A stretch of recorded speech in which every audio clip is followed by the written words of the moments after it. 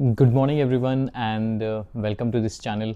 तो आज के इस डिस्कशंस में हम एक बहुत ही ब्रिलियंट कंपनी जिनके कल ही रिजल्ट्स आए और स्टॉक में जो चढ़ाव देखा गया 15%, तो हम उस कंपनी के बारे में चर्चा करेंगे इस वीडियो में। और इस स्पेस में और एक दूसरी कंपनी है जो इसकी कॉम्पिटिटर है, उनके बारे में भी चर्चा करेंगे और समझेंगे कि इस स्पेस में क्या हो रहा है। मैं बात कर रहा हूँ बासमती राइस एक्सपोर्ट की जो कंपनियाँ है, एल फूड और के आर बी एल लिमिटेड। तो इन दोनों कंपनियों को हम आज इसके वीडियो में समझने की कोशिश करेंगे। Specially we will focus more video on the K R B L, who is winning the race in terms of the sales growth in these two companies, and they are doing fantastic job, I think in Q1 2026. तो हम थोड़ा सा in general इस space को समझने की कोशिश करेंगे कि बासमती राइस के एक्सपोर्ट लेके ये कंपनी किस तरीके से आगे बढ़ रही है, किस तरीके के उनके पास्ट परफॉर्मेंसेस थे, कैसा बिजनेस जा रहा है, कहाँ पर पेनिट्रेशन ज़्यादा हो रहा है, एक्सपोर्ट बिजनेस में क्या हो रहा है, डोनाल्ड ट्रंप के टैरिफ का इनके ऊपर क्या असर पड़ सकता है, इनके रेवेन्यूज़ के नंबर्स कैसे थे Q1 के, इनके मार्जिन प्रोफाइल कैसे थी, इनका आगे वाले का गाइडेंस कैसा है, इसको भी समझने की हम कोशिश करेंगे। हालांकि के आर बी एल लिमिटेड के कोई भी अभी कॉन कॉल नहीं हुआ है, तो उनका कल रिज़ल्ट से आया था और रिज़ल्ट बहुत ही सरप्राइजिंग था। स्पेशली के आर बी एल लिमिटेड ये जो कंपनी है, उनका एक बासमती राइस का एक्सपोर्ट ये करते हैं, इसको प्रोड्यूस करते हैं, ग्रेडिंग मिलिंग इनकी जो प्रोसेस होती है, पंजाब में इनका बहुत बड़ा प्लांट है। उनके थ्रू अपने एक्सपोर्ट और डोमेस्टिक में अपने बासमती राइस को सेल करने का काम ये करती है। तो बेसिकली अगर इन दोनों कंपनियों को आपको ध्यान में रखना है, तो के आर बी एल के पास एक सबसे बड़ा ब्रांड है जिसका नाम है इंडिया गेट, और दावत जो ब्रांड है वो एल टी फूड के पास है। तो दावत में जो आपने शाहरुख खान की ऐड देखी होगी, तो बासमती राइस दावत का एक जो 1 kg और 2 kg का जो बासमती राइस आता है, तो उनका जो ब्रांड एम्बेसडर है शाहरुख खान है। और कंपैरेटिवली इन के आर बी एल में आपने इंडिया गेट का नाम सुना होगा। इंडिया गेट का 1 kg 2 kg का बड़े पाउचेस में भी आते हैं, 25 kg 30 kg का राइस का वो बैग ही आता है, और जिसके ऊपर आपने देखा होगा कि सोशल मीडिया के थ्रू अमिताभ बच्चन को उनका ब्रांड एम्बेसडर है। तो अब इन दोनों कंपनियों का आपको समझना है, तो दावत number 1 brand for the L T foods, and उसका जो ब्रांड एम्बेसडर है वो शाहरुख खान है, और brand ambassador Amitabh Bachchan is driving the growth in the India get for the K R B L. Normally थोड़ा सा पास्ट के हिस्ट्री में चले जाते हैं, तो बासमती राइस के एक्सपोर्ट में आपने देखा होगा, पूरे राइस के एक्सपोर्ट में basmati is most popular outside of the India and India also, क्योंकि ये प्रीमियम सेगमेंट क्वालिटी माना जाता है। कोई भी आप रेस्टोरेंट में चले जाओ, वहाँ पर बिरयानी खाओ, या आपके घर में कोई गेस्ट आ रहे हो, तो basmati rice is the preferred choice. तो थोड़ा सा ये प्रीमियम कैटेगरी का राइस होता है जिसकी डिमांड बहुत ज़्यादा है आउटसाइड ऑफ इंडिया में भी और इंडिया में भी। तो ये बासमती राइस के स्पेस में ये दोनों कंपनियां काम करती है। तो अभी हम आएंगे के आर बी एल के बारे में। तो के आर बी एल लिमिटेड ये जो कंपनी है वो मेनली इन हरियाणा पंजाब, जहाँ पर आपका राइस का प्रोडक्शन ज़्यादा होता है, वहाँ से शुरू हुई थी। इनका बहुत ही बड़ा मिलिंग कैपेसिटी का प्लांट पंजाब में है, 150 मेट्रिक टन पर कैपेसिटी का वो प्लांट वहाँ पर है। उनके पास ग्रेडिंग होती है, सॉर्टिंग होती है, पैकेजिंग वहाँ पर होती है, मिलिंग वहाँ पर प्रोसेस होती है। इनका सोनीपत हरियाणा में भी प्लांट है, इनका अंजर करके गुजरात में भी प्लांट है 50 मेट्रिक टन कैपेसिटी का, दिल्ली में भी इनका प्लांट है, और इनका जो और एक प्लांट है 35 मेट्रिक टन कैपेसिटी का उत्तर प्रदेश में है। तो मोटा मोटी यहाँ पर इनके मैन्युफैक्चरिंग लोकेशन है। ये कॉन्ट्रैक्ट मैन्युफैक्चरिंग करते हैं फार्मर के साथ, वहाँ से राइस लेके मिलिंग सॉर्टिंग ग्रेडिंग और पैकेजिंग करके और मिलिंग प्रोसेस करके वहाँ से ये लोग इंडिया गेट का ब्रांड इन्होंने बनाया हुआ है। तो वहाँ पर अपने पैकेजिंग करके डिफरेंट डिफरेंट कैटेगरीज़ के पैकेजिंग ये लोग करते हैं और अपने राइस को इंडिया में भी बेचते हैं और इंडिया के बाहर में भी बेचते हैं। 85% स्टिल अभी जो इनका धंधा आता है वो डोमेस्टिक सेल से आता है, बाकी 15-20% कुछ आउटसाइड ऑफ द इंडिया में आता है। आउटसाइड ऑफ द इंडिया में भी इनका सबसे ज़्यादा जो कंट्रीब्यूटर ऑफ द रेवेन्यू है वो मिडिल ईस्ट से है। आपने देखा होगा कि मिडिल ईस्ट में बहुत सारे लोग इंडिया से अभी आए हुए हैं, and there is so much of expansion in the Middle East happening. There is a growth in the Middle east is very evident, specially in Saudi Arabia, UAE, all these countries in last 15-20 years has been grown very very high level compared to the India as well. तो वहाँ पर अभी बहुत बहुत सारे लोग job की वजह से शिफ्ट हो गए, लेकिन वो एट द एंड इंडियन है, तो इसीलिए राइस की जो डिमांड है वो वहाँ पर बहुत ज़्यादा है। तो इसलिए आपने देखा होगा कि KRBL लिमिटेड जैसी कंपनियों में एक्सपोर्ट में जो ग्रोथ देखी गई है Q1 नंबर्स में, तो ये कंपनी ने क्या किया है, अपने Q1 नंबर जब अपने प्रदर्शित किए, तो मैं थोड़ा सा पास पे जाता हूँ। KRBL लिमिटेड ये जो कंपनी है पहले 3 या 4% से ग्रो करती थी, बहुत सारे रीजन वो बताते थे, 3-4% से ग्रो करती थी, पैट में कभी ग्रोथ नहीं होती थी, despite of the having India Gate as their brand. और कंपैरेटिवली LT फूड जो कंपनी है, वो जो कंपनी है लो PEV अवेलेबल थी और 15-20% से ग्रो करने वाली कंपनी है। लास्ट 2-3 साल में आपने LT फूड्स के रिजल्ट्स अगर देखे होंगे, ये जो दावत वाला जो बिज़नेस वो करते हैं, दावत है, रोज़ाना है, गोल्ड स्टार है, इंडियन वैली है, तो ऐसे बहुत सारे इनके ब्रांड्स हैं। तो इन ब्रांड्स के तहत वो बासमती राइस का एक्सपोर्ट वो भी करते हैं, लेकिन उनका अगर आप परसेंटेज देखोगे तो नॉर्मली वो 15-20% से ग्रो करते थे। तो LT foods was the number 1 player in terms of basmati rice export from the India, और 2 नंबर का प्लेयर हमेशा KRBL रहा है लास्ट के 3-4 सालों में। लेकिन अभी Q1 में जो नंबर इन दोनों कंपनियों ने अपने घोषित किए, जिसमें ऐसा लग रहा है कि KRBL is winning the race ahead of the LT food, क्योंकि LT फूड के रिजल्ट्स आए, आपने देखा होगा कि उन्होंने 20% की रेवेन्यू ग्रोथ की है, पैट की ग्रोथ 9% की है, EBITDA मार्जिन में थोड़ा सा डिक्लाइन आया है, ग्रॉस मार्जिन में थोड़ा सा डिक्लाइन आया है। तो आप अगर देखोगे उनका एक सऊदी अरेबिया जो बड़ा वहाँ पर मार्केट है, तो लो मार्जिन के जो अपने पैकेज थे, लो मार्जिन प्रोफाइल के जो प्रोडक्ट्स थे, उनको उन्होंने मार्केट से निकाला, जिसकी वजह से 33% की डिक्लाइन वहाँ पर देखी गई मिडिल ईस्ट मार्केट में, और 31% of the total revenue contribute कर रहा है अपना मिडिल ईस्ट मार्केट। तो जिसकी वजह से आपने देखा होगा कि इनके रेवेन्यूज़ जो है वो 22% रहे, लेकिन मार्जिन के ऊपर इनका बहुत असर आया था, पैट मार्जिन थोड़ा सा कम हुआ था, जिसकी वजह से आपने देखा होगा कि 20% की ग्रोथ इन्होंने की है, लेकिन 9% का प्रॉफिट ग्रोथ इन्होंने किया है। सेम सेगमेंट में ये लोग काम करते हैं। हालांकि इनका सारा जो अभी एक्सपांशन है वो यूरोप में अच्छा हो चुका है। मैं LT फूड की बात कर रहा हूँ, तो LT फूड नॉर्मली यूरोप हो, अमेरिका हो, मिडल ईस्ट हो, इंडिया हो, यहाँ पर अपना प्रोडक्ट फैल चुके हैं। लेकिन मोटा मोटी अगर देखोगे मिडिल ईस्ट से बहुत बड़ा 31% का कंट्रीब्यूशन LT फूड का आता है, लेकिन वहाँ पर थोड़े से लो मार्जिन प्रोडक्ट उन्होंने वापस ले लिया मार्केट से, और जिसकी वजह से वहाँ पर थोड़ा सा प्रेशर उनको दिखाई दे रहा है। तो LT food is always been the number 1 player in this industry, और over the period of time वो वैसे ही करते आ रही थी। लेकिन KRBL लिमिटेड जो 2-3% से ग्रो करती थी, 2-3% से उनके प्रॉफिटेबिलिटी के नंबर्स बढ़ते थे, तो कोई अट्रैक्टिव वैल्यूएशन नहीं था। इसलिए आपने देखा होगा कि LT food always was trading on the higher PE than the KRBL in last 2-3 years. अभी भी आप जाके देखोगे KRBL का जो PE है, ट्रेलिंग 1 PE जो है वो 18 का PE है। उसका रीज़न ही वही था, क्योंकि कंपनी में अगर कोई ग्रोथ नहीं है तो ऑब्वियसली आपके स्टॉक में बढ़त नहीं आएगी, या आपका जो PE रेशो है वो सस्ता दिखेगा। कोई चीज़ सस्ती इसीलिए होती है क्योंकि वहाँ पर कुछ रीजंस होते हैं, कोई चीज़ महंगी इसीलिए दिखती है क्योंकि वहाँ पर कुछ रीजंस होते हैं। आपने देखा होगा कि V2 रिटेल का PE इज़ हायर, वो इसीलिए हायर है क्योंकि V2 रिटेल 50% से ग्रो करने वाली कंपनियां हैं, तो उसका रीज़न भी होता है। डिक्सॉन टेक्नोलॉजी के PE हायर है क्योंकि वो हायर पेस से ग्रो करने वाली कंपनियां हैं। तो मोटा मोटी अभी अगर मैं आपको समझा दूँ, तो KRBL लिमिटेड ने जो Q1 के नंबर्स दिए हैं वहाँ पर 32% की रेवेन्यू ग्रोथ की है, और उसमें जो है 15% की रेवेन्यू ग्रोथ डोमेस्टिक में की है, और इंटरनेशनल में 98% की रेवेन्यू ग्रोथ की है। वो बल्क एक्सपोर्ट से आई है, वहाँ पर बल्क में जो राइस लिया जाता है उसकी वजह से वहाँ पर ग्रोथ आई है। डोमेस्टिक में भी 15% की ग्रोथ आई है।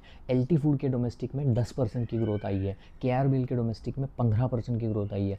तो डोमेस्टिक में भी KRBL is winning the race here, and in terms of the kind of providence that these guys are giving, that is also giving them a lot of horizons over there. आपने देखा होगा कि इनका जो EBITDA margin है वो भी 11% से लेके 14% तक EBITDA मार्जिन इंक्रीज़ हुआ था। उनका जो पैट मार्जिन है वो 7% से लेके 9% तक पैट मार्जिन इनका एक्सपांड हुआ था। जो क्रॉस मार्जिन है वो भी 23% से लेके 25% की बात कर रहा हूँ मैं।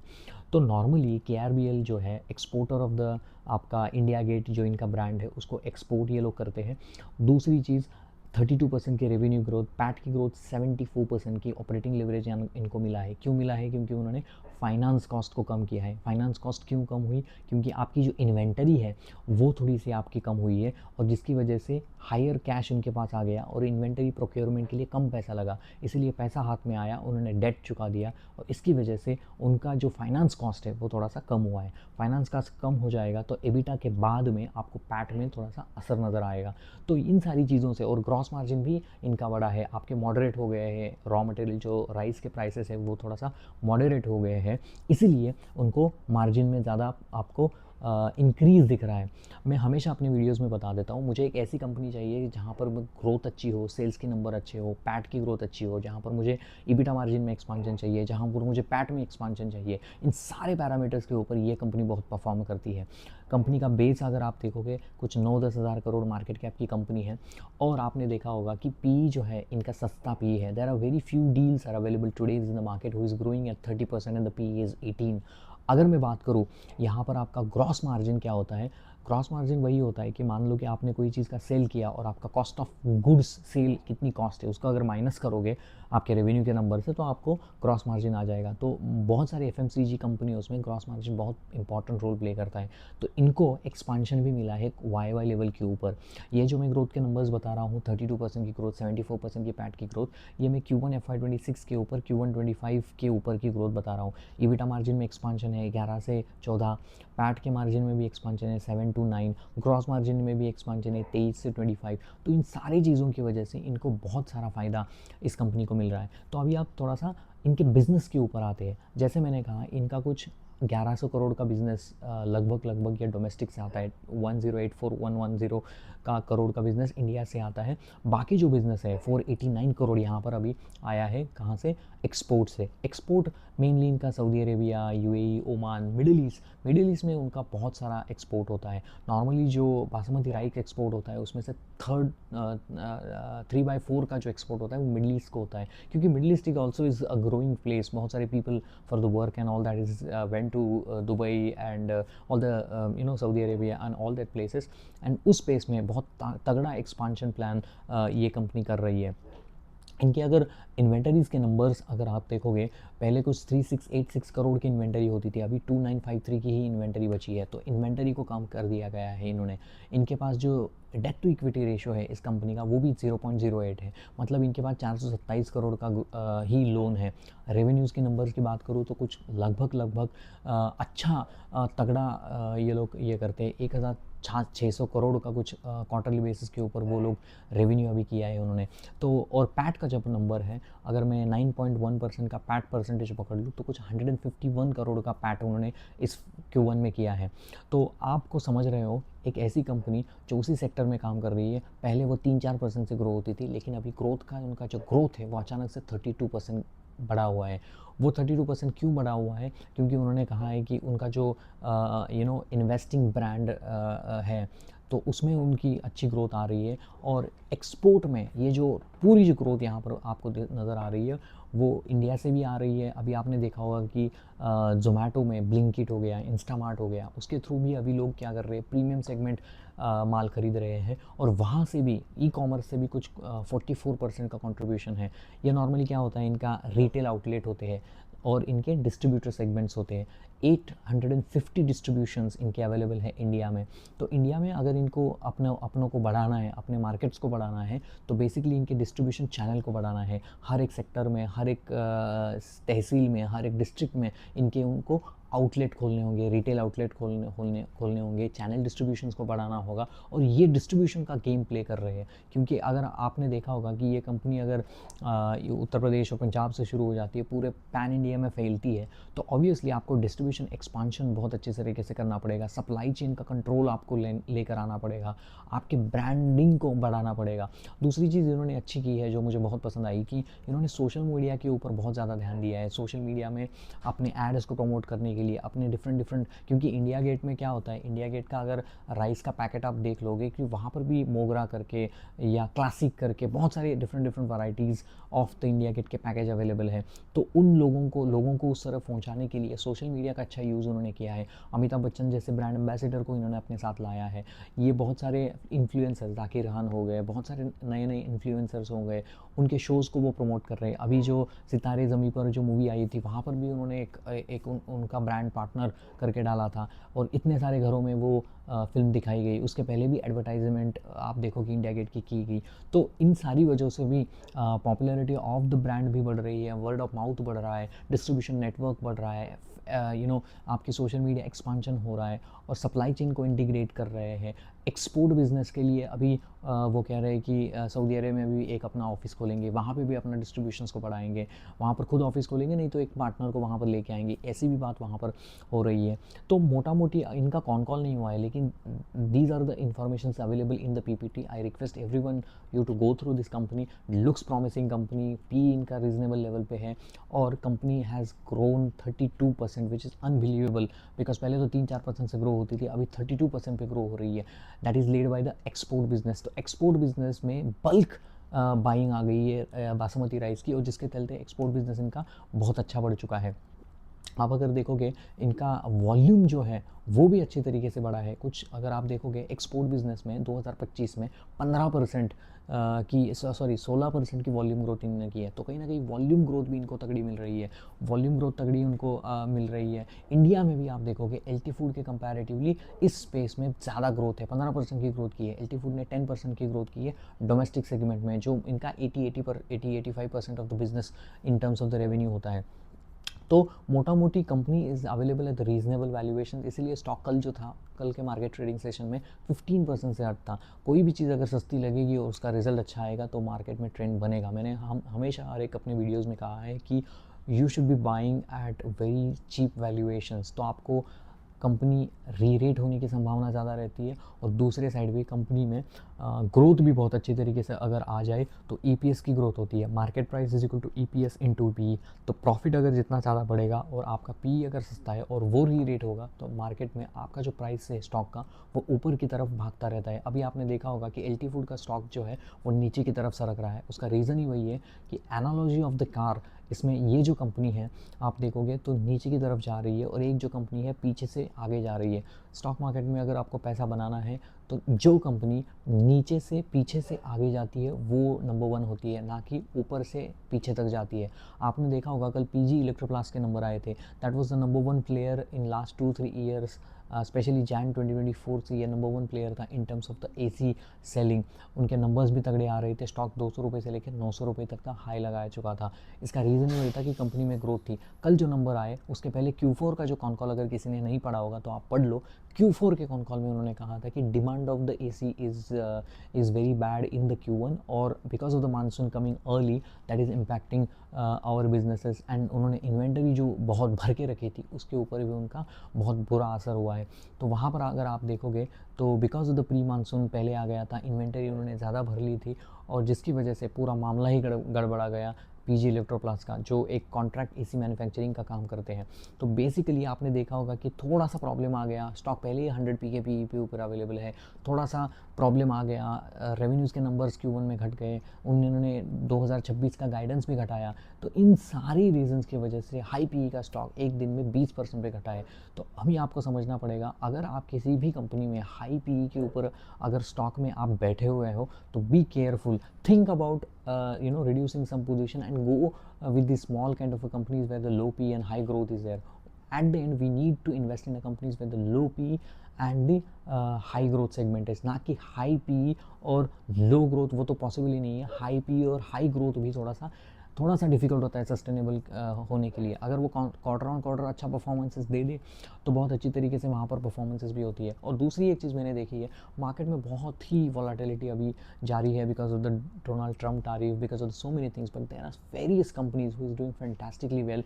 मैंने अपने वीडियोज़ में बहुत सारे स्मॉल कैप कंपनी है जिनमें Q1 के नंबर अच्छे दिए हैं, उनको एनालाइज़ किया है। आप उस वीडियोज़ को बिल्कुल जाके देखिए एंड समझिए कि वहाँ से ग्रोथ आ रही है। So I think your new money has to go, and this is the best opportunity to have your money in place in the market, because market तो ऐसा नहीं रहेगा डोनाल्ड ट्रम्प के तारीफ 2-3 महीने के बाद सब भूल जाएंगे। So you need to constantly churning your portfolio after quarter. अगर कोई भी कंपनी ख़राब रिजल्ट कर रही है तो उसको अपने पोर्टफोलियो से निकाल दो, कोई अच्छा काम कर रही है तो उसको रिवॉर्ड भी करो। इस तरीके से एक्टिव इन्वेस्टिंग होती है। एक्टिव इन्वेस्टिंग के लिए आपको खुद एक्टिव होना पड़ेगा, आपको हर दिन हर समय पे अपनी जो कंपनी है उनके रिजल्ट्स के ऊपर ध्यान देना होगा, कैसे रिजल्ट आ रहे हैं उस बेसिस के ऊपर अब अपने जो नेक्स्ट गोल है उसको आपको ध्यान में रखना होगा। कोई कंपनी अच्छा परफॉर्मेंसेस कर रही है तो उसका आप एलोकेशन बढ़ा सकते हो, कोई कंपनी बुरा कर रही है तो एलोकेशन घटा सकते हो या पूरे ही वहाँ से निकाल सकते हो। These are my recommendation to you. Whatever the portfolio that you have is go through the each company, understand the results, और आप देखो कंपनी ग्रोथ ऊपर की तरफ कर रही है या कंपनी ग्रोथ नीचे की तरफ कर रही है। कोई भी कंपनी का अगर रिजल्ट अच्छा आया है that means everything is going to be अच्छा इन फ्यूचर, ऐसा नहीं होता है।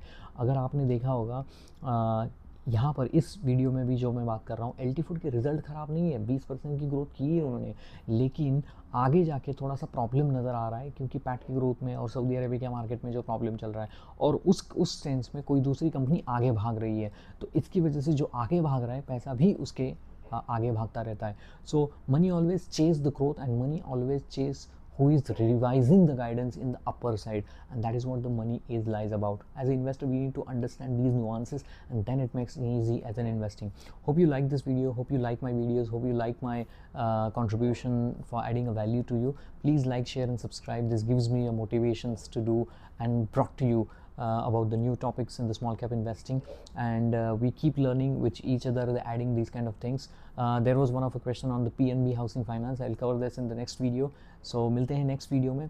Have a nice day guys, and please like, share and subscribe. Have a nice day guys. मिलते हैं next video में.